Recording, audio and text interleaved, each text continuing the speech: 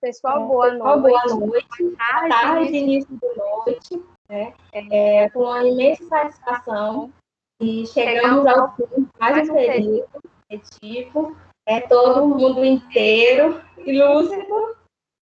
A cada período, compartilho da dificuldade, que é esse momento remoto, mas, em meio às dificuldades, eu gostaria de pontuar que, se não fosse esse momento, nós não teríamos esse encontro de pessoas de diferentes espaços, né? Então, esse é um dos maiores pontos, né, desse momento, desse formato que estamos vivenciando.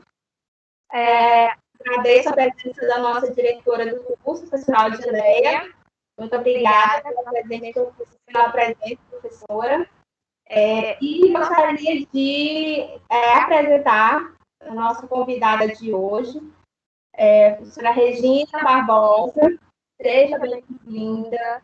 Muito obrigada por ter aceitado, participar da nossa aula, do tema proposto. Tá? Esse tema da Política Nacional do Meio Ambiente, ele foi, eu imaginei, na verdade, porque foi o ponto-chave da disciplina. Trabalhamos outros temas, mas essa legislação foi na parte que nós mais trabalhamos. Tá? Então, seja bem-vinda, professora. Muito obrigada, boa tarde a todos. O áudio está chegando direitinho para vocês? Tá sim. Ótimo, então. Então, podemos prosseguir. Bom, pessoal, muito boa tarde a todos. Eu gostaria de agradecer à professora Jussiara pelo convite em participar do encerramento, da disciplina de legislação ambiental do curso superior em tecnologia em gestão ambiental do Centro de Estudos Superiores de Coroatá, da Universidade Estadual do Maranhão. Não conheço a cidade de vocês, não conheço ainda o estado, mas como a professora bem pontuou, a tecnologia nos permite, estar ainda que virtualmente em vários locais, e se podemos dizer que tem um lado bom das coisas, que a tecnologia está nos aproximando, de mais pessoas, sem precisarmos aí do deslocamento, agradeço também a participação, de todos que aqui estão presentes. E o tema que foi proposto, os 40 anos da Política Nacional de Meio Ambiente, avanços e retrocessos da política ambiental no Brasil. Bom, antes de passar efetivamente para o tema, vou me apresentar, a professora Jussiara já colocou, meu nome é Regina Barbosa, eu falo de Patos de Minas, interior de Minas Gerais. Sou graduada em Direito pela faculdade aqui local, que chama Unipam. Tenho especialidade em Direito Público, Direito Ambiental e estou concluindo a pós em Direito Minerário. Sou sócia fundadora do escritório Barbosa e Cacheta Advocacia Especializada. Sou membro da Comissão de Direitos Individuais Homogêneos da 45ª Subseção da OAB Minas Gerais, Patos de Minas. Sou membro associado da União Brasileira da Advocacia Ambiental e da Associação Brasileira de Advogados na Comissão de Direito Minerário. Também sou membro do coletivo local, aqui de Patos de Minas, e professora colunista no IBJUS. Bom, para a gente falar de política nacional de meio ambiente, de certa forma a gente tem necessidade de falar o que veio antes, da política nacional de meio ambiente.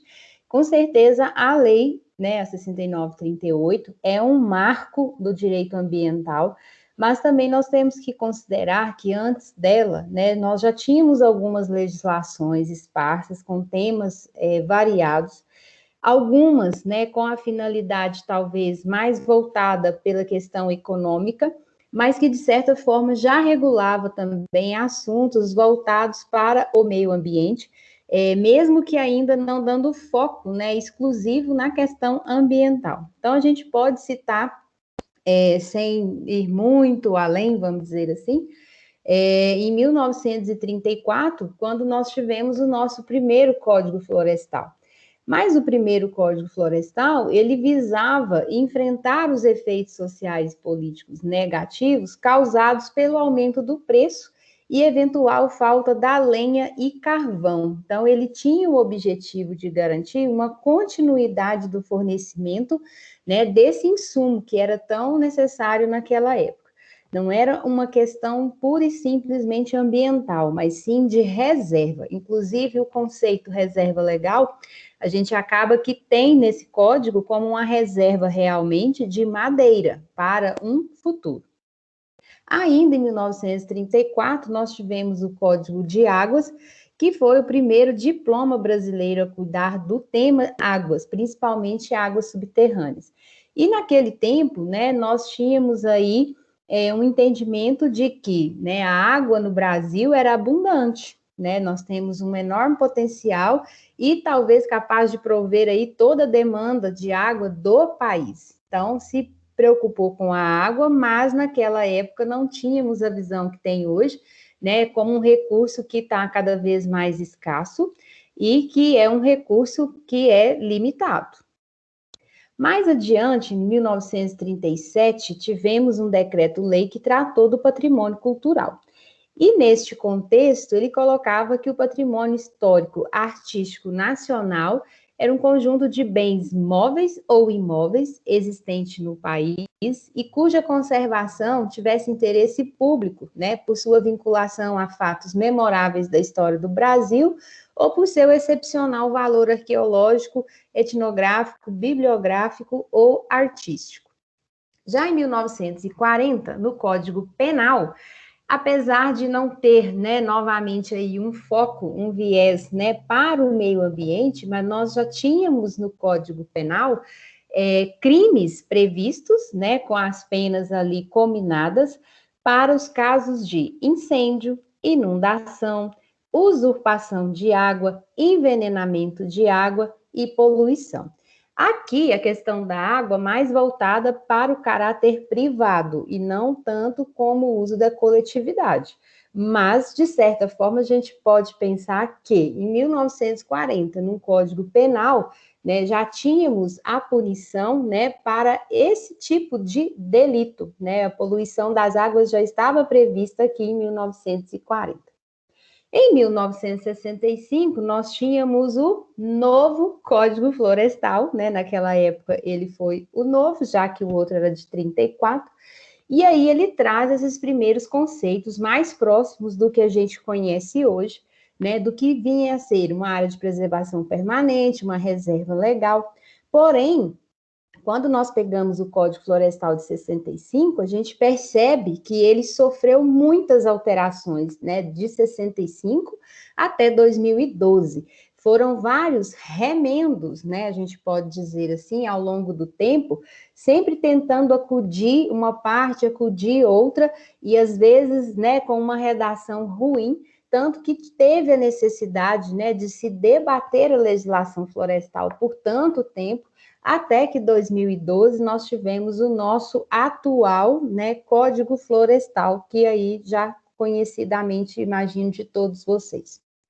Em 1967, nós tivemos o Código de Mineração, que trata dos recursos minerais, que são bens da União, exploráveis mediante autorização e disciplina, todo o procedimento hoje vinculado com as normas de meio ambiente.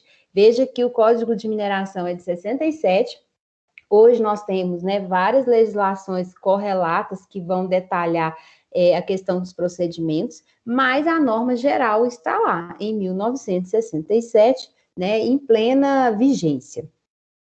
Tivemos ainda em 67 o Código de Pesca e também o Código de Caça. O de pesca tratava de proteção e estímulo à pesca, e o de caça, na verdade, ele trata mais sobre a proteção da fauna brasileira. Bom, então vejamos que já existia muita legislação antes de 81, né? Mas em 81, né, tivemos a publicação da Lei 6938, conhecidamente como a Política Nacional de Meio Ambiente. Ela é um marco, né, para o direito ambiental brasileiro. Ela traz importantes conceitos, definições. Ela é anterior à Constituição de 88, mas foi recepcionada e podemos dizer que inspirou também a nossa Constituição Federal, porque nós temos uma Constituição, né, tida como a Constituição Verde. Ela tem um capítulo sobre meio ambiente, né? E dentro da Política Nacional de Meio Ambiente, nós encontramos no artigo 2º o seu objetivo geral, que é o quê?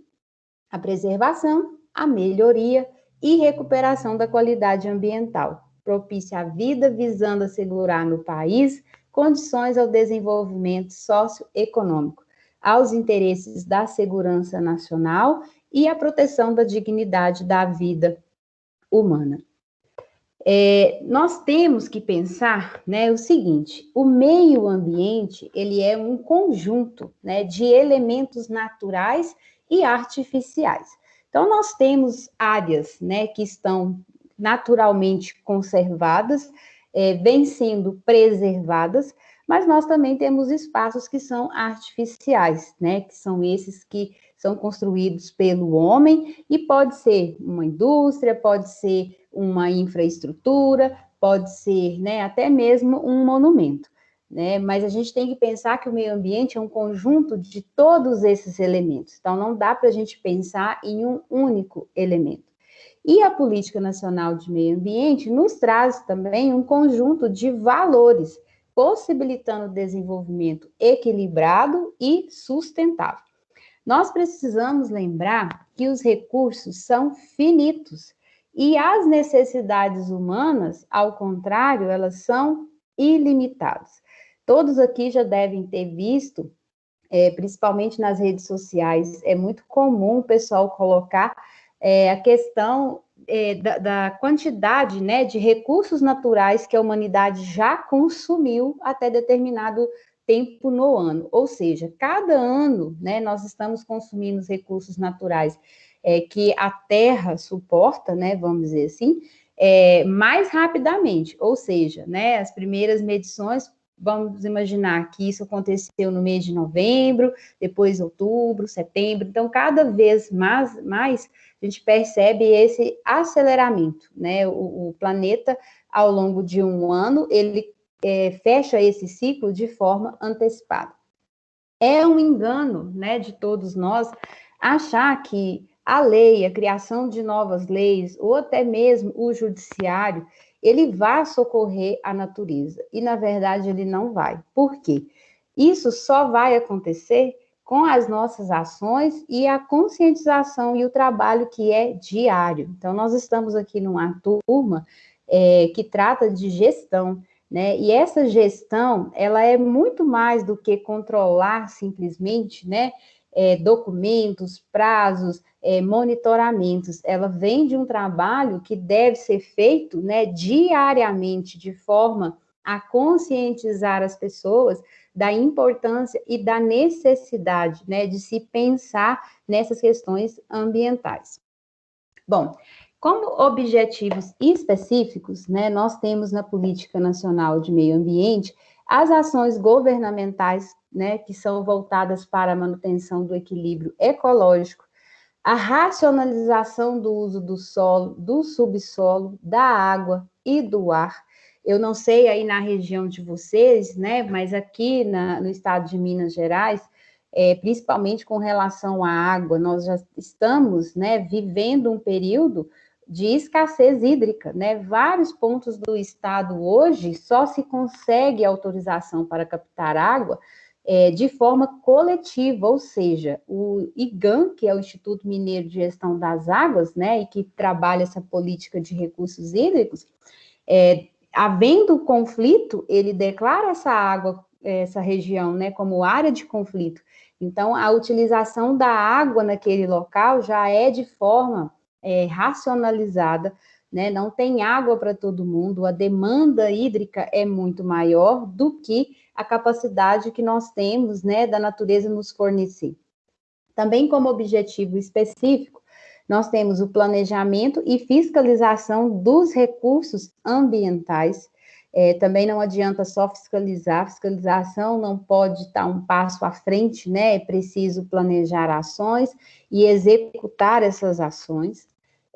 Também é o objetivo a proteção dos ecossistemas com a preservação de áreas representativas, né? Então, nós temos aí a criação, né, de várias unidades de conservação, seja de uso sustentável, seja de proteção integral, né? E também podemos pensar nisso quando colocamos, né, para o empreendedor, que é um poluidor, que é um utilizador de recurso natural, a obrigação de fazer as devidas compensações, né, nas unidades de conservação, investindo também na melhoria desses espaços. Outro objetivo, né, o controle e zoneamento das atividades potencial ou efetivamente poluidoras, incentivos ao estudo e à pesquisa de tecnologias orientadas para o uso racional e a proteção dos recursos ambientais, o acompanhamento do estado da qualidade ambiental, recuperação de áreas degradadas, né? Está na Política Nacional de Meio Ambiente e a Constituição Federal traz um ponto específico sobre essa recuperação das áreas, principalmente com relação às atividades minerárias, né? Que onde tem sempre a obrigação de recuperar essas áreas, mas não é só para atividades minerárias, né? Qualquer atividade que venha causar uma degradação. Proteção de áreas ameaçadas de degradação. Aqui em Minas Gerais nós temos uma ferramenta, né, o ID, e nós conseguimos verificar através de coordenadas geográficas se aquela área tem um potencial, né, maior de degradação, quer dizer, ela tem um risco maior de sofrer degradação, ou se ela é uma área sensível, né, que precisa ser mantida e preservada. Então, talvez não seja um espaço que sofre uma limitação administrativa, porque não é unidade de conservação, não é uma área que não possa, né, sofrer uma intervenção, mas ela é considerada prioritária para a conservação. Então, esse tipo de ferramenta é muito importante, porque você já detectou um ponto que merece uma atenção, né?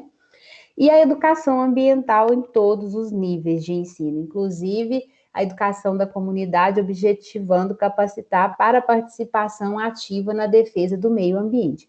Eu acredito demais na mudança do comportamento pela educação ambiental. As pessoas vão aprender de duas formas, né? Alguém orientando ou, às vezes, quando a pessoa sofre alguma consequência, principalmente no bolso. Mas a educação ambiental, se você faz um trabalho bacana, né, não só nas escolas, mas principalmente com a comunidade, né, a comunidade, a população local, ela tem condições de cuidar daquilo que é dela. Então, se ela conhece, ela passa a amar e passa a cuidar. É um trabalho que merece uma atenção. E aqui até faço uma parte com vocês, o Ministério do Meio Ambiente está com com cursos, né, gratuitos na plataforma deles sobre educação ambiental. Vale a pena conferir, tá? É um material muito bom. Bom, na Política Nacional de Meio Ambiente, nós temos alguns instrumentos, né? Está lá no artigo 9º. Dentre eles, né, a gente pode destacar o estabelecimento de padrões de qualidade ambiental. E onde que a gente vê isso sendo aplicado, né, com mais recorrência? Bom, uma vez licenciado um empreendimento, surge para aquele empreendimento a obrigação, né, de fazer os monitoramentos e os controles, conforme impacto ambiental já identificado para aquele empreendimento. Então, se aquele empreendimento tem lançamento de efluentes líquidos, ele pode fazer o lançamento, né, de repente num corpo hídrico, mas tem que fazer um tratamento, ou seja, tem um padrão de qualidade, você não pode jogar aquilo in natura. E esse padrão, ele vai sofrendo variações, né, a legislação que trata disso, geralmente é norma infraconstitucional, através de uma resolução ou uma deliberação, até porque é mais fácil de alterar, e também porque, ao longo do tempo, né, surgem novas tecnologias. Então, aquilo que era um padrão aceitável há 10, 15 anos atrás, pode ser que não vai ser aceito agora, né? Porque a gente já conseguiu melhorar os processos. e hoje exige-se, né, um tratamento, uma eficiência maior, né, no tratamento daquele efluente que é lançado, de repente, né, num corpo hídrico. O zoneamento ambiental. O zoneamento ambiental é importantíssimo, né? E aí ele tem uma aplicação mais efetiva quando a gente pensa em questões, né, de planejamento, de licenciamento, por exemplo, que contemple as fases, né, de licenciamento prévio, licença de instalação e licença de operação. Por quê? Se a gente já conhece as regiões, né, e sabe o que é possível e permitido instalar e operar em determinadas regiões, é mais fácil de você conseguir implantar uma atividade nova. Agora, se eu não consigo ter esse zoneamento definido, o que vai acontecer? As empresas, as indústrias, os empreendimentos, eles vão se instalando. E depois a gente tem o quê? Os ajeitamentos, né, para que possa continuar existindo certas atividades em determinadas regiões. Então, assim, tudo aquilo que é feito de forma planejada, com certeza é mais fácil, né, de você implantar da forma certa, porque você já vai conhecer a norma e vai saber que naquele local é possível ou não é possível, né, de se instalar e de operar determinadas atividades. A avaliação de impacto ambiental, que a gente vê bastante aí dentro dos estudos ambientais que são apresentados para o órgão ambiental, e aí aqui eu faço um parêntese, né, com relação a essa classificação que é dada para os empreendimentos. Empreendimentos menores, né, é muito comum a gente ter procedimentos mais simplificados, né, então essa avaliação também ela é feita de uma forma, né, mais simplificada, até por uma questão, né, de uma proporcionalidade entre o tamanho do empreendimento e atividade e o custo disso, né, porque senão você onera demais o empreendimento, o empreendedor, e ele não vai conseguir fazer as avaliações e os estudos necessários, né. E isso, né, essa avaliação de impactos dentro do processo de licenciamento, que já é o próximo item. Ou seja, a gente tem que pensar o licenciamento ambiental e talvez hoje é a ferramenta, é o instrumento que a gente vê na prática, né, com mais aplicação dentro dos instrumentos da política nacional, pensando o licenciamento ambiental de forma a dar a maior proximidade possível com a realidade local. E aqui a gente tem uma importante evolução da legislação quando a gente pensa que a legislação é federal, mas, né, em razão das competências, né, que são comuns aos estados e aos municípios, nós temos o licenciamento, né, às vezes as regras publicadas pelos estados, e depois nós temos as regras publicadas pelos municípios. O município, né, conhece melhor a sua necessidade e a sua realidade. Então, esse licenciamento descentralizado, a gente tem a possibilidade de ter decisões, né, ou de ter exigências que sejam mais efetivas para aquela realidade local. Quando você tem isso muito distante, corre-se o risco, né, das medidas impostas, ou até mesmo a comunicação com o órgão, se tornar muito distante e às vezes não atender nem a necessidade do empreendedor e nem aquilo que o órgão, né, precisa ou deseja, porque falo para vocês com muita tranquilidade, uma coisa é a legislação feita lá na Assembleia Legislativa, por exemplo, ou para que seja cumprida dentro de um gabinete ou dentro de um escritório. E outra coisa é a legislação na prática, quando nós precisamos cumprir ela lá no campo, né? No campo pode ser uma propriedade rural ou pode ser uma indústria. Então, a gente encontra, né, uma diferença muito grande entre aquilo que a norma prevê e aquilo que se pretende cumprir, né, no campo. Nem sempre isso está muito próximo e é fácil de acontecer. Bom, outro instrumento, né, os incentivos à produção e instalação de equipamentos e a criação ou absorção de tecnologias voltadas para a melhoria da qualidade ambiental, a criação de espaços territoriais especialmente protegidos, né, tanto na esfera federal, estadual e municipal. E aí aqui volto a falar novamente das unidades de conservação, né, que devem ser criadas pelo poder público, só que às vezes a gente tem a criação desses espaços, né, por uma lei, e depois a dificuldade que se tem de manter esses espaços. Por quê?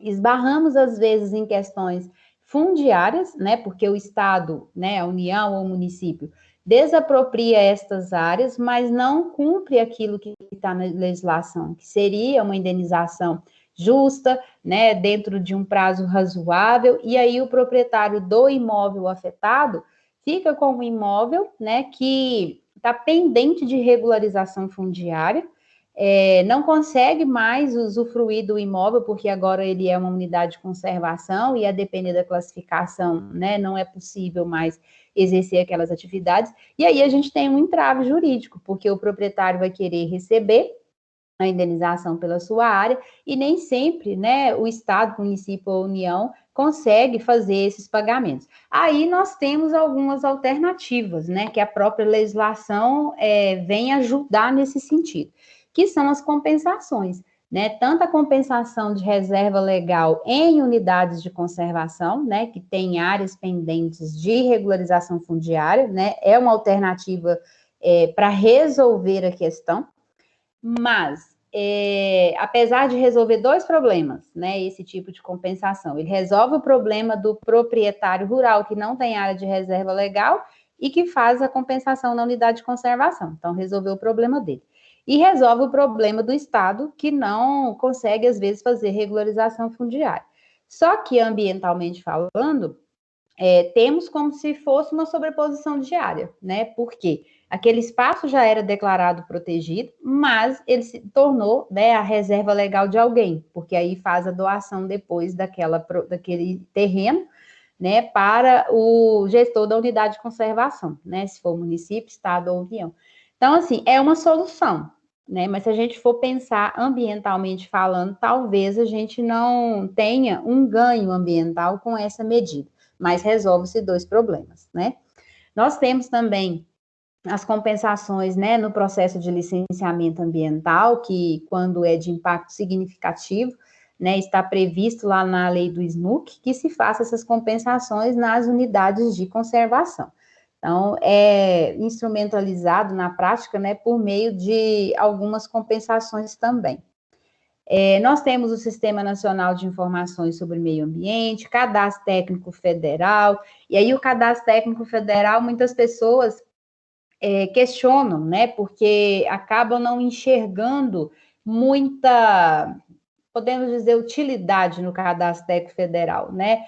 As pessoas enxergam ele como mais uma obrigação, e como ele gera a taxa de controle e fiscalização ambiental, que é também trimestral, as pessoas acabam enxergando ele como uma obrigação de segundo plano. Segundo plano, por quê? Eu conheço vários empreendimentos que nunca fizeram cadastro técnico federal, até que um dia alguém peça esse cadastro técnico federal.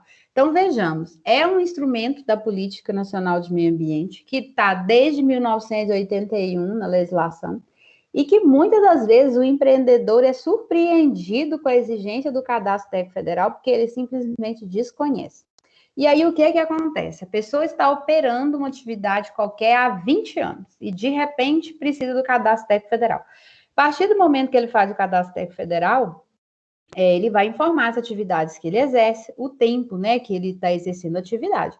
Então, ao entrar, né, vamos dizer assim, ao ingressar no sistema, o IBAMA, né, que é o gestor do cadastro, nasce para ele a opção, né, de cobrar pelo menos os últimos 5 anos dessa taxa de controle e fiscalização ambiental, que é uma taxa trimestral, né? A gente tem os vencimentos aí por volta do final de março, junho, setembro e dezembro. Então, assim, além de entregar relatórios, né? Você faz o cadastro técnico federal, você tem o RAP e tem o pagamento da taxa de controle e fiscalização ambiental.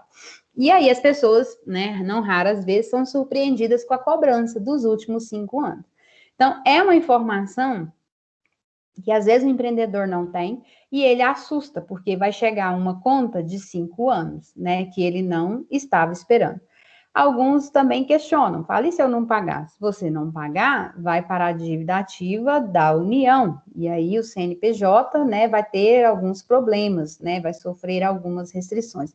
Então, é um instrumento, é uma obrigação, é importante, e que às vezes é deixada de lado, né, por desconhecimento, né, da própria legislação ambiental, mas que ele traz, né, para o órgão questões importantes, né, para poder auxiliar aí na gestão ambiental de um modo geral. Aqui em Minas Gerais é integrado, nós temos o cadastro técnico estadual, que é integrado com o cadastro técnico federal, então a pessoa recolhe a taxa uma vez só e faz o cadastro uma única vez, né, e fica, de certa forma, regular, né, tanto no estadual quanto também no federal.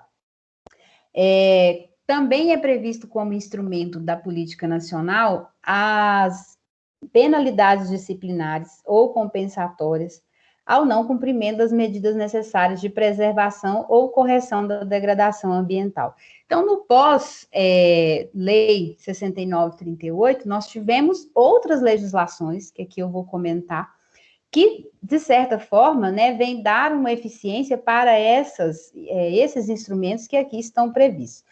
Em 85, nós tivemos publicada a Lei de Ação Civil Pública, né, e que hoje é uma importante ferramenta de ação e controle, né, dessas questões ambientais, principalmente na parte de degradação ou de se fazer a preservação. Quem pode propor uma ação civil pública, né? A própria legislação já traz o rol de autoridades, entidades que podem propor a ação civil pública, e ela tem sido usada, sim, como um instrumento, né? Tanto quando ocorre essa degradação, ou para se fazer cumprir a preservação. Muitas das vezes é o Ministério Público o autor dessa ação. Só que antes, né, da ação civil pública, é muito comum que nós tenhamos o inquérito civil instaurado, onde se apura, né, essas eventuais irregularidades, e muito comum também que o Ministério Público chame o empreendedor para firmar um termo de ajustamento de conduta. E o que é o termo de ajustamento de conduta? É a possibilidade que a pessoa tem de, reconhecendo, né, que houve degradação ou que as medidas necessárias de preservação não estão ocorrendo, assumir também o compromisso, né, de sanar essa degradação, ou fazer o compromisso de adotar medidas, né, que são reparadoras ou para preservação ambiental, e dentro deste período estipulado, né, se tudo correr bem, ao final o inquérito civil cumpriu a sua função, seu papel, e vai ser arquivado. Agora, se a pessoa não concorda, né, o empreendedor não concorda com a assinatura do termo de ajustamento de conduta, ou assina e não cumpre, aí também não resta outra opção para o promotor de justiça a não ser propor ação civil. Então, ao empreendedor, né, dada a oportunidade de fazer isso, de certa forma, voluntariamente, aderindo, né, ao compromisso. Agora, se não faz, com a ação civil, geralmente é pedido, né, as obrigações que já estariam lá naquele TAC. Então, por exemplo, a pessoa não tem o mínimo de reserva legal, não tem o mínimo de áreas de preservação permanente, ou suprimiu vegetação sem autorização do órgão. Então, o que são as obrigações do TAC? Promover a recomposição, a recuperação, né, da área de reserva legal, 20%, ou percentual de cada lugar, a metragem das áreas de preservação permanente, ou a recuperação, né, de uma área que foi suprimida irregularmente.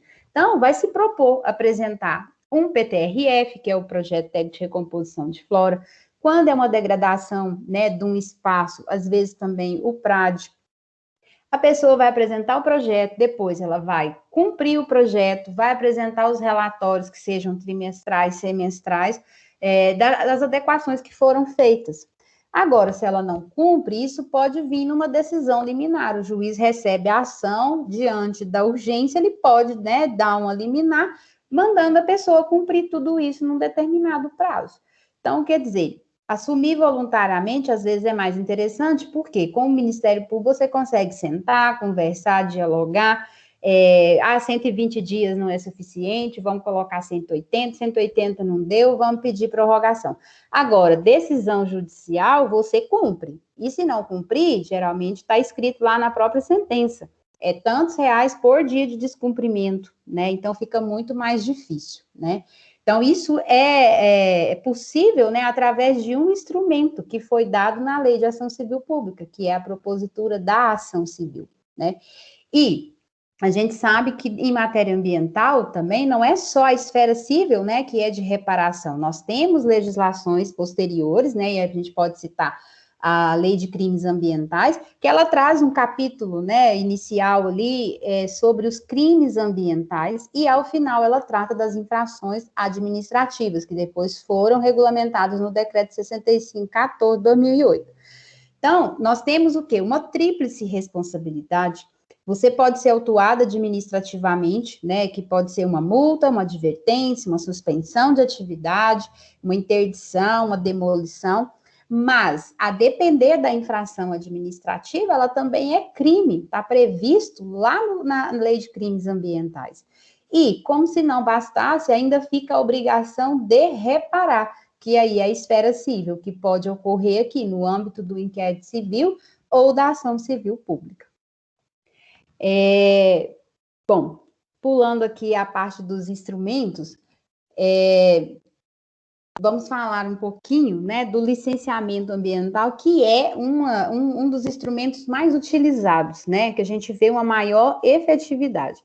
O que é o licenciamento ambiental? Ele é o procedimento administrativo, onde o órgão ambiental competente licencia a localização, instalação, ampliação e operação de empreendimentos e atividades de utilizadoras de recursos ambientais, consideradas efetiva ou potencialmente poluidoras, daqueles que, sob de qualquer forma, possam causar degradação ambiental. Esse conceito está lá na Resolução CONAMA 237 de 97, e replicado aí em várias legislações estaduais.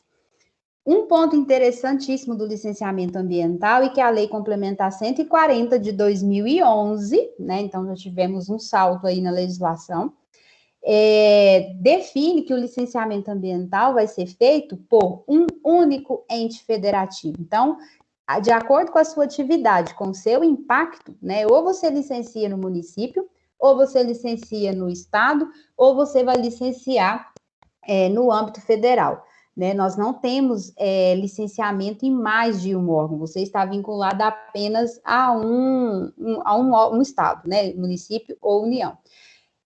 Aqui em Minas Gerais, nós temos 3 marcos, né, de legislação ambiental referente ao licenciamento. Nós tivemos uma deliberação normativa em 1990, depois nós tivemos um em 2004 e aí em 2017 nós temos a nossa atual.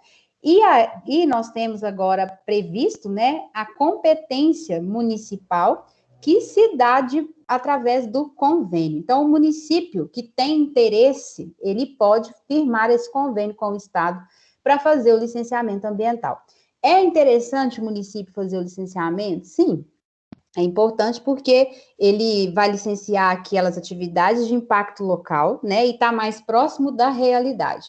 Porém, é preciso que esse município tenha um órgão ambiental capacitado, né? E ele é capacitado como? É aquele que tem um corpo técnico, um corpo jurídico, né, capaz de analisar os estudos que são apresentados naquele órgão. E pode ser um município sozinho. Ou, se os municípios são pequenos, os municípios podem se unir em consórcio, né? E criar um consórcio intermunicipal. Então, ele vai ter uma equipe de técnicos, né? E também de jurídico, para analisar esses processos que vão chegar, para analisar esses procedimentos. Mas, esses analistas farão análise do que está ali de documento. Precisa de quê? De um Conselho Municipal de Meio Ambiente que vai, né, em reunião, deliberar sobre aqueles processos que são levados para decisão. E aí os estados precisam o município precisa manifestar isso, né, junto ao estado, quando ele tem o interesse de fazer o licenciamento. Só que vejamos, nós temos uma legislação estadual e a municipal.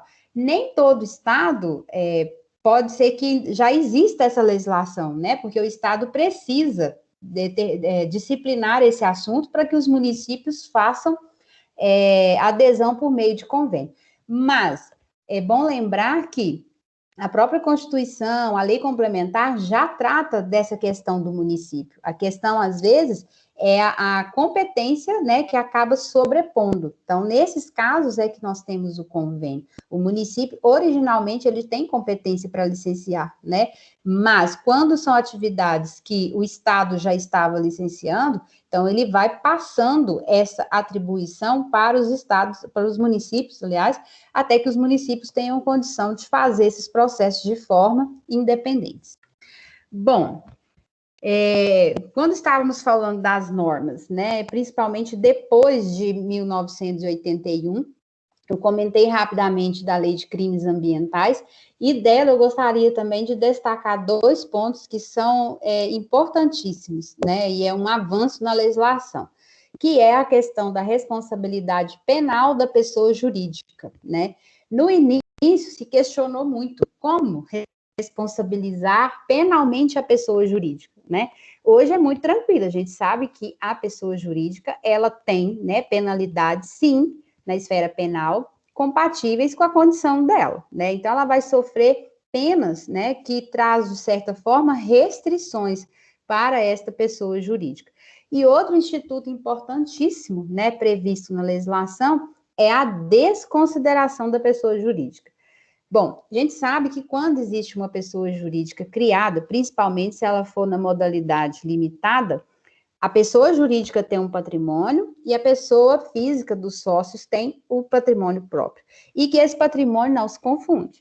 Agora, se de repente, né, nós temos aí alguma ação causada pelos sócios, né, de forma a, como eu posso dizer, intencional, né, de usar da pessoa jurídica, né, para praticar atos nocivos, pode ser sim desconsiderada a personalidade jurídica, para que não recaia só sobre a pessoa jurídica em si, mas em cima de seus sócios. Ou seja, às vezes a pessoa jurídica é criada para deixar por trás, né, os sócios como se fosse uma blindagem. E isso acontecendo, é possível a desconsideração da personalidade jurídica, ou seja, sai a figura da pessoa jurídica e vai atingir diretamente os sócios, porque aí a gente percebe, né, que foi uma ação fraudulenta, os sócios usaram da sociedade para agir de forma ilícita, né, para praticar delitos, e isso a gente não poderia de forma alguma tolerar. Então, a Lei de Crimes Ambientais, ao prever essa desconsideração da pena da pessoa jurídica, entendo que é um avanço importantíssimo. Outra questão da responsabilidade administrativa, né? Nós sabemos que a responsabilidade administrativa, ela tem um caráter subjetivo, então ela vai ser aplicada, né, para aquela pessoa que efetivamente venha causar o dano, que é diferente da responsabilidade civil, né, que é subjetiva. Objetiva. E, mais um detalhe, na responsabilidade civil, né, nós tivemos julgados recentes e consolidou seu entendimento, né, de que é imprescritível. Então, mais do que nunca, né, é importantíssimo para quem é empreendedor, para quem vai adquirir uma propriedade rural, conhecer, né, se existem passivos ambientais. Por quê? A gente sabe que crime não passa de uma pessoa para outra. Na responsabilidade administrativa, a multa é da pessoa que efetivamente causou, né, aquele ato ou a omissão. Agora, na responsabilidade civil, se é apurado esse dano, né, pode-se exigir a recuperação dele a qualquer tempo, não prescreve. Então, é de suma importância os empreendedores terem noção, terem conhecimento, né, de se existem passivos ambientais em um determinado local, porque eu não posso alegar que eu não era o dono na época, né, a responsabilidade, ela segue a coisa, então é quem estiver à frente é que vai responder. Eventualmente, você pode até prever em contrato que se futuramente for responsabilizado em alguma coisa, que possa haver aí alguma ação regressiva, mas isso é entre as partes, né, você não pode alegar isso de forma alguma como matéria de defesa.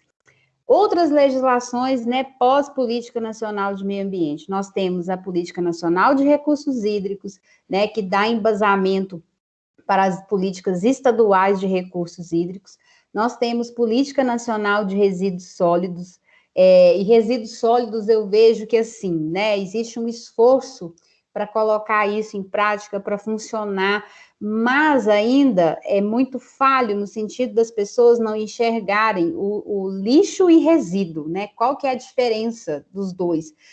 De possibilitar, às vezes, renda para as pessoas, né? Quando se dá destinação adequada para os resíduos, né? Não se dá atenção devida ainda pelos municípios, muitas das vezes, na questão dos resíduos que são recolhidos na cidade, né? Por exemplo, questão de aterro, de lixão. A legislação já está, de certa forma, antiga e a gente ainda está vendo situações se repetindo, né? Em alguns lugares isso avançou, é modelo, mas em outros locais não, né? A gente precisa ainda melhorar demais essa questão do resíduo no país. E temos tantas outras legislações, né, sobre saneamento, sobre biodiversidade, mudança climática. Recentemente tivemos publicada a lei de pagamentos por serviços ambientais, que foi muito esperada, né, há muitos anos esperada aí por pessoas que prestam esse serviço ambiental, mas que não conseguem, né, ver um benefício ou ser rentabilizado por esse serviço. A gente espera, sinceramente, que isso saia do papel, que não fique só mais uma lei, né, que tenha uma efetividade e que as ações ali propostas venham a se tornar prática, né, e traga aí uma efetividade. Bom, nesses 40 anos, tivemos avanços e tivemos retrocessos? Podemos pensar sim ou não, né, a depender da realidade, às vezes, do município onde eu estou, né, isso vai variar bastante. Mas, algumas considerações que eu faço. A legislação ambiental, ela está em movimento contínuo. Então, nós precisamos, né, manter a qualidade ambiental, mas também temos que pensar no desenvolvimento, né? Uma coisa não deve chocar com a outra. As normas precisam ser respeitadas, obviamente, mas elas são criadas também para que possam estar mais próximo da realidade local. Então, quando nós temos uma legislação federal, ela tem que prever realmente, né, de forma mais genérica. O Estado vem, coloca suas particularidades e depois o município também traz isso para próximo da sua realidade, porque senão não vai funcionar, não vai dar certo, né? A descentralização dos processos também é um avanço, né? Você traz esta proximidade entre os empreendedores, entre os órgãos ambientais, entre a gestão ambiental. E aí nós precisamos, né, conceber com os empreendedores que a gestão é dele, né? O Estado regulamenta e vai fazer o monitoramento e o controle através da fiscalização. Mas quem tem que implementar isso, né, dentro do seu empreendimento é o empreendedor. Ele precisa entender que essa gestão ambiental é importante. Nós tivemos muitos avanços em termos de legislação. Acredito que nem precisamos, né, de criar tantas outras normas. Já tem norma demais. Precisa é cumprir essas normas, né? Mas temos ainda muito que melhorar. Já avançamos, mas precisamos também melhorar. Até porque não é uma questão só de criar norma e de fazer cumprir as normas. É uma questão que está mais ligada à conscientização das pessoas. E aí, quem trabalha com educação ambiental, quem trabalha com gestão ambiental, vai falar disso todos os dias, né? Mas precisa falar disso trazendo a questão prática, né? Que as pessoas enxerguem a efetividade. E não uma coisa utópica, né? Que às vezes não tem ali na prática do dia a dia uma efetividade. As pessoas precisam entender com aquela ação que ela pratica, né, o benefício que se tem para ela enquanto qualidade de vida e para o meio ambiente e para a coletividade. Trazer isso tudo para a realidade, né, nem sempre é um retrocesso ambiental, pois é preciso também pensar no equilíbrio. E aqui eu coloquei, né, e coloco dentro da minha cabeça, vamos dizer assim, que esse retrocesso ambiental, essa palavra surgiu muito, principalmente no Código Florestal Novo, né, onde se defendeu que era uma proteção menor, que estaria aumentando ou incentivando o desmatamento. eu sempre visualizei que não era retrocesso, né, na medida que se o anterior fosse bom, a gente não precisava de um novo. E veio uma nova legislação para atender o quê? Uma realidade.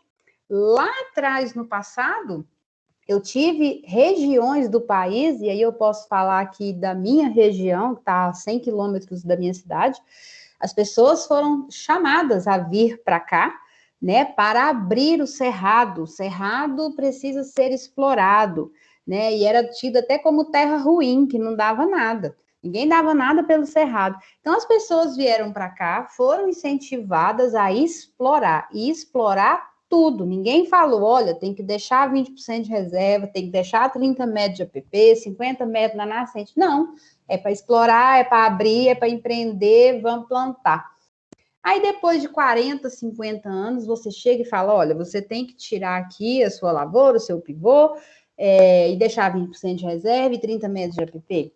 Não é assim, né? A gente tem que pensar na questão histórica, como que aquilo aconteceu, por que aquela região está desprovida de vegetação nativa, por que aquele pessoal não tem essas áreas e precisa compensar em outro local.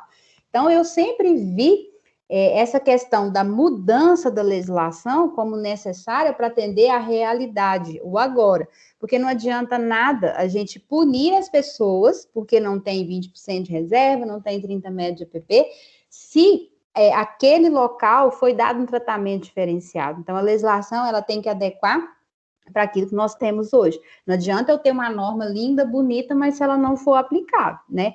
Ah, o Código Florestal novo incentivou o desmatamento. Não, ele trouxe uma anistia para aquelas pessoas que fizeram as supressões de vegetação de acordo com as legislações da época e colocou um marco. E se a gente olhar, o código é 2012 e o marco é 2008. Então, ele não veio beneficiar ninguém em 2012. Ele veio beneficiar numa linha de corte, que deveria acontecer em qualquer data. Se essa foi a melhor ou não foi, não sei, né? Mas precisava de uma data até mesmo para a gente não punir injustamente quem, há 30, 40 anos atrás, agiu de forma correta.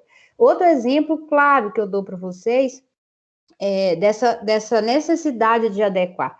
Pessoas no passado fizeram canais de irrigação, declive natural, a água sai do córrego, do curso d'água, né, e vai caminhando por canais dentro da fazenda da pessoa. Isso foi incentivado no passado. Você não pode chegar agora, 2021, e falar para a pessoa, olha, tira o canal porque causa degradação.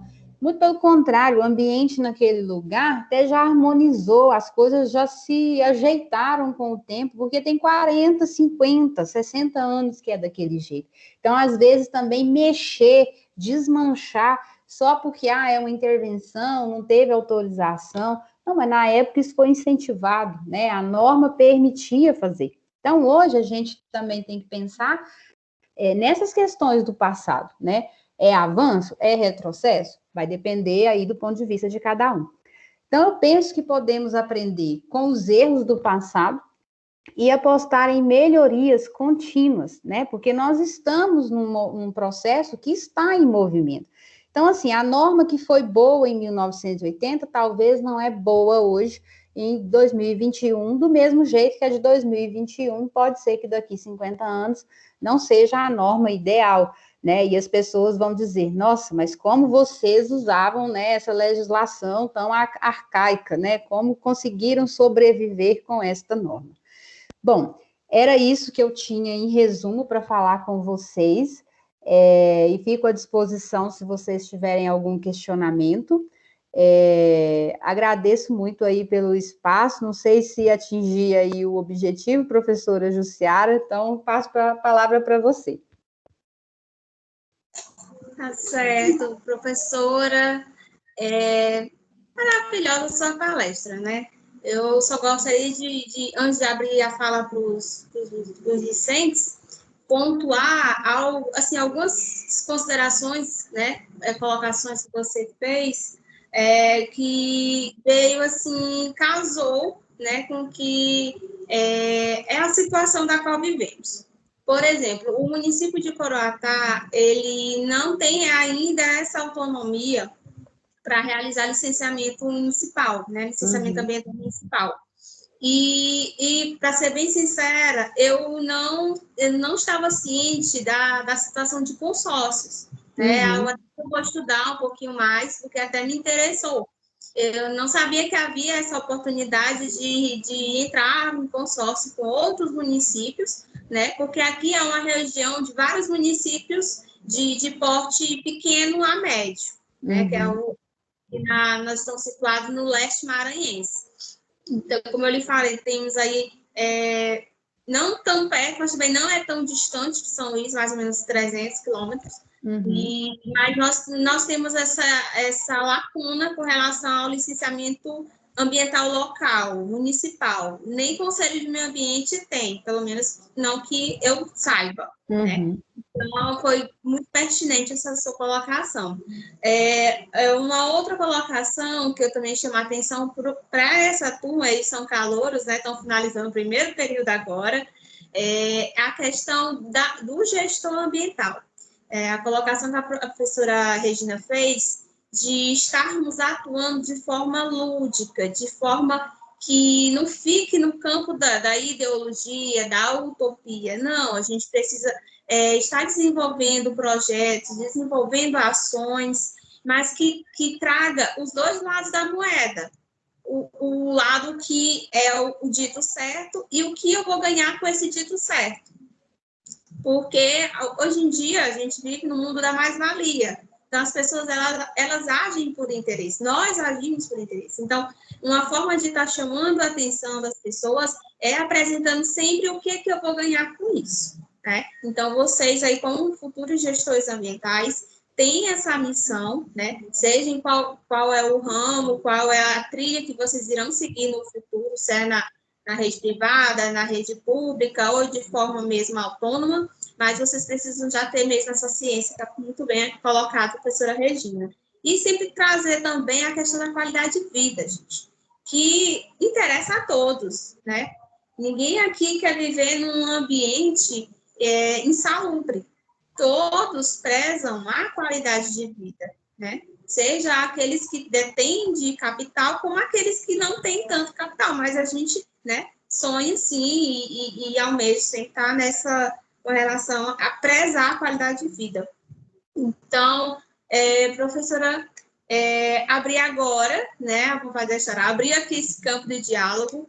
Quem quiser fazer, eu tinha até falado no chat aqui com relação às dúvidas, escrever no chat, mas eu vou deixar aberto para alguém que quiser fazer alguma consideração, alguns alunos, alguns convidados presentes, quiser fazer alguma consideração para que a gente possa aí se encaminhar ao fim da nossa aula de hoje. A professora Audileia está presente, se ela quiser fazer aí uma palavrinha. A professora Audileia é a nossa diretora, professora Regina. Ah, sim. Se ela quiser dar umas palavrinhas, professora Audileia. Boa noite a todos. Muito feliz em estar participando desse momento. Parabenizo e agradeço a participação da professora doutora Regina Barbosa na sua apresentação e explanação magnífica. Fiquei aqui encantada de poder estar participando dessa aula de encerramento da disciplina de legislação ambiental e poder participar desse momento tão rico em conhecimento, de trazer várias informações importantes aos nossos discentes, aquilo que corroboram bastante com o que foi passado em sala de aula, magnificamente pela professora Jussiara, e temos o prazer de ter em nossa instituição também. Então, hoje eu só tenho agradecimentos e parabenizar pela excelente aula de encerramento. Parabéns, professora Regina, e parabéns, professora Jussiara, e parabéns aos discentes que estão participando hoje aqui. Tenho certeza que vocês estão saindo bem mais ricos de conhecimento. O meu áudio está um pouquinho baixo, espero que tenham conseguido me ouvir. Boa noite a todos. Boa noite. Sim. Agradeço aí por suas palavras, viu? Muito obrigada.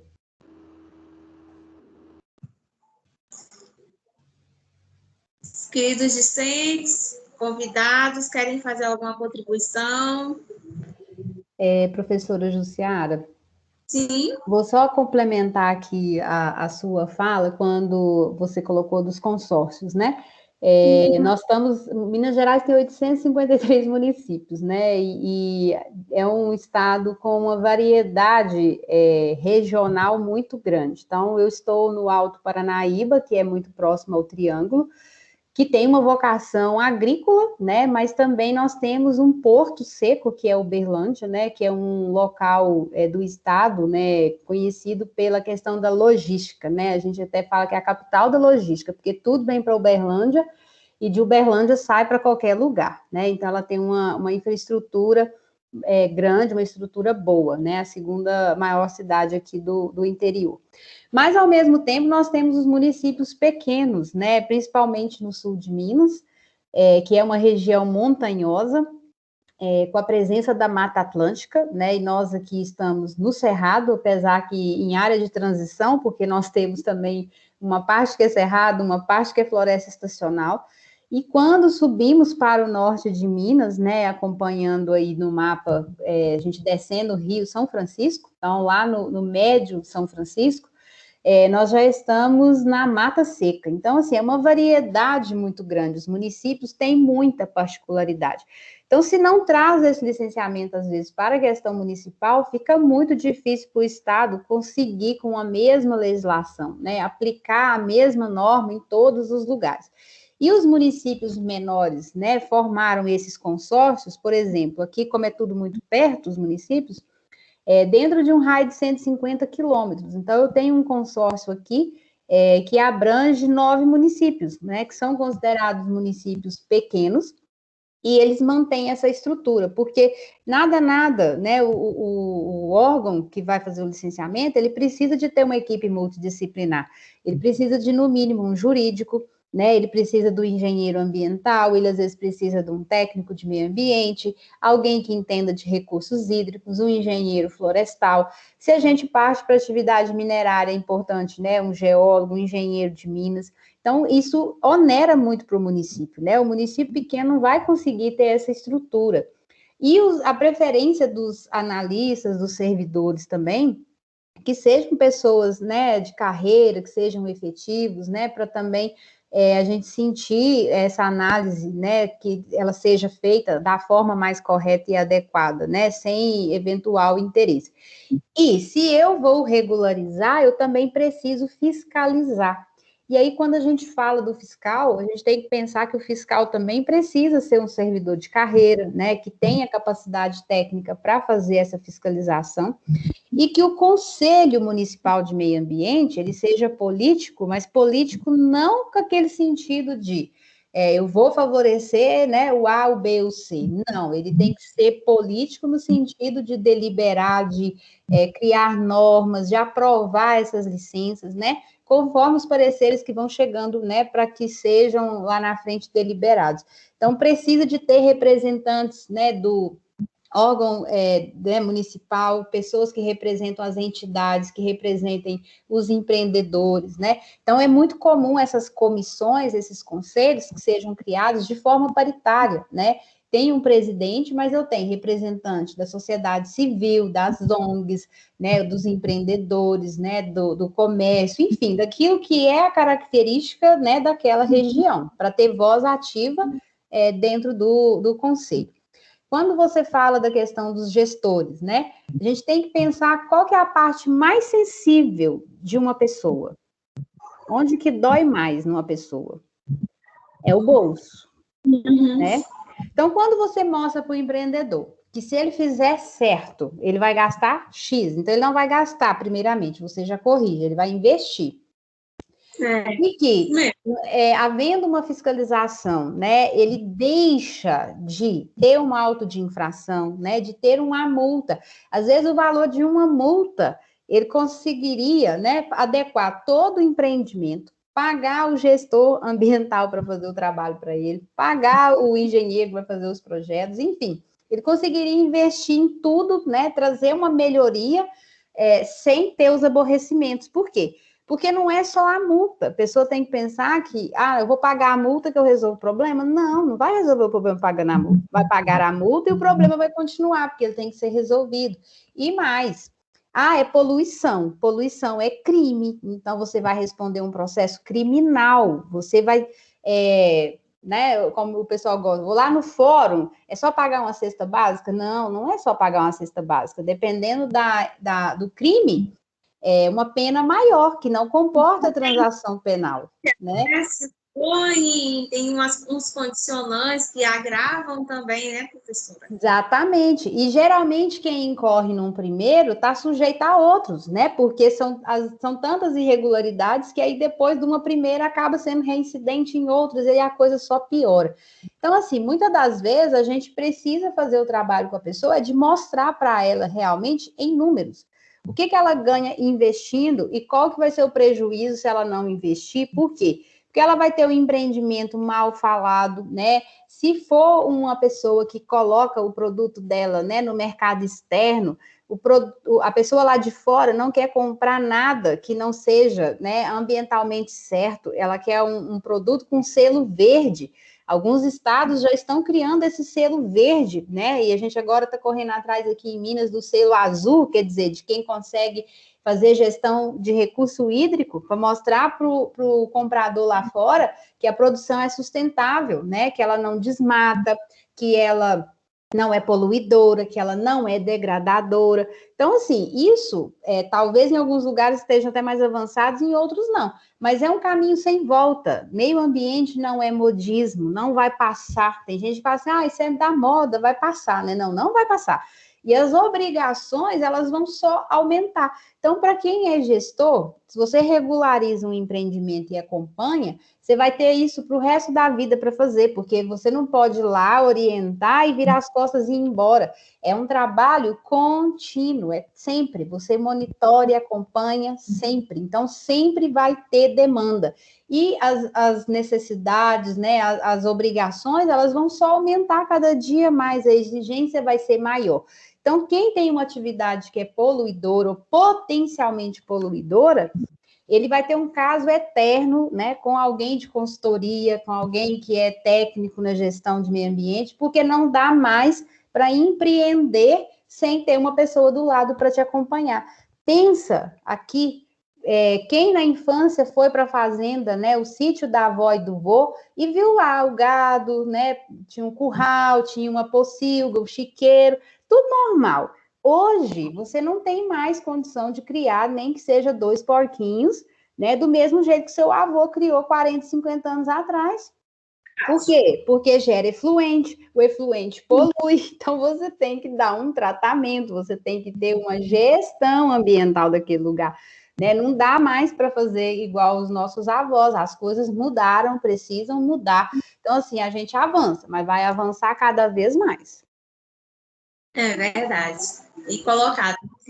Gente, eu vendo aqui o horário, né? Já passamos aí do tempo de programação. É um tema que gera muitas discussões, tem um tema dentro de outros temas, né? Se fosse mais deixar falar aqui, falaríamos muito tempo. Mas vamos aqui se encaminharmos, né, para finalizar.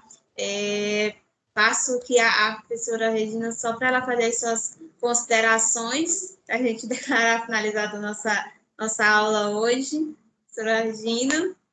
Tá certo, eu queria agradecer a oportunidade, o convite que me foi feito.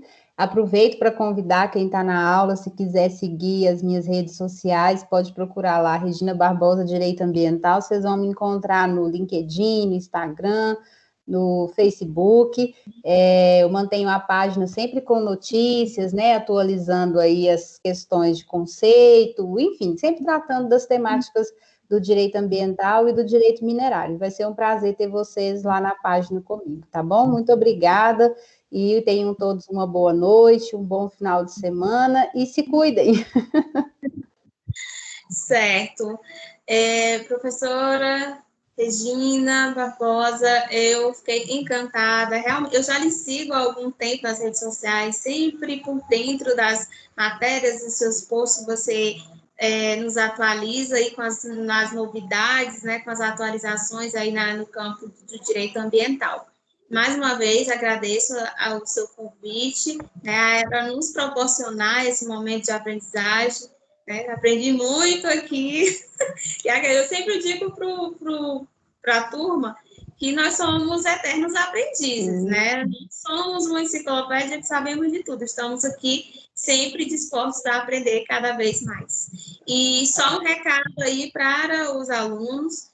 Antes de sairmos aqui da sala, deixe o nome de vocês no chat para que eu possa estar aí fechando a frequência de vocês, certo? E, bom, para finalizar, gostaria de agradecer a todos que estão presentes, somente os convidados. Eu vi que tem uns 2 convidados aí de fora. Agradeço aí a presença de vocês. Com relação aos alunos, essa turma, ela tem me surpreendido de uma forma muito positiva. Eu espero que até o fim do curso vocês continuem compromissados, continuem criativos. Regina, depois você tiver a oportunidade de passar lá no Instagram do curso, eu publiquei algumas postagens dos alunos e, assim, eles são muito criativos. Porque eu trabalho muito com produção gráfica, né? Acho que já vai virar uma marca registrada minha dentro do curso. Então, assim, todas as turmas que eu passo, eu boto eles para mexerem com várias ferramentas, né? Até porque acho que eu estou até influenciando eles a ser influenciadores digitais. Tá certo. É uma característica minha, e essa turma, como eu falei, está de parabéns. Eu espero muito que vocês continuem compromissados, disciplinados, eles são assíduos também, então, deixo aqui um parabéns super especial para vocês. Estão no primeiro período, eu espero que continue durante toda a trajetória de vocês, tá bom? E, bom, desejo uma boa noite a todos. Agradecer mais uma vez a todos pela presença, por esse momento. E aí, declaro finalizada a nossa aula de hoje, tá, pessoal? Boa noite a todo mundo. Até mais. Obrigado, professora. Boa noite. Boa noite, Regina.